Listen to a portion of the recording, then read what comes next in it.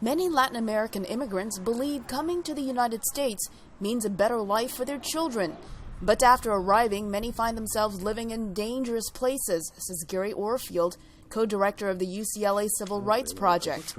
They're the places where the gangs are concentrated, the crime is concentrated, there's no real job market, and the schools are what we call dropout factories. A lot of immigrant parents don't understand that. In the U.S., the public school a student attends depends on where the child lives. Those in more affluent neighborhoods usually attend better public schools.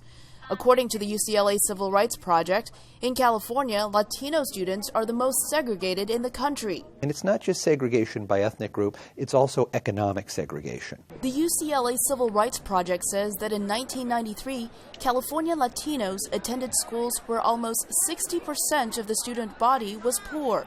By 2012, they were in schools where more than 70% of the students came from low-income homes. Critical care nurse Andrew Lara grew up in a predominantly Latino neighborhood in the 1980s.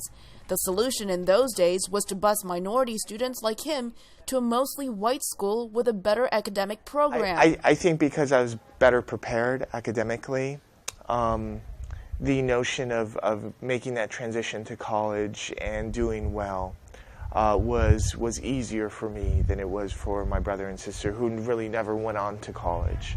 While Lara says busing students to a different school is a good way to create diversity and opportunity, Luis Alvarado disagrees. With my younger sisters who were forced to bus from a very Latino neighborhood into districts where they felt that they were being segregated on other circumstances. They didn't feel that they were part of that community. Read page 2 now.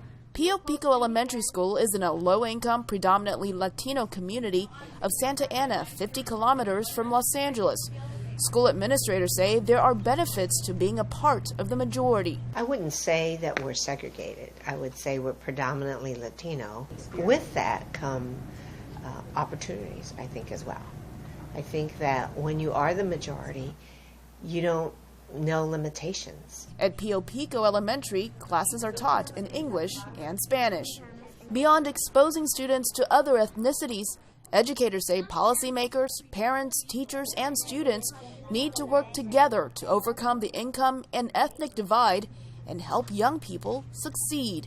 Elizabeth Lee for VOA News, Los Angeles. We even have extra electricity so we can actually give to the rest of the community that doesn't have any energy.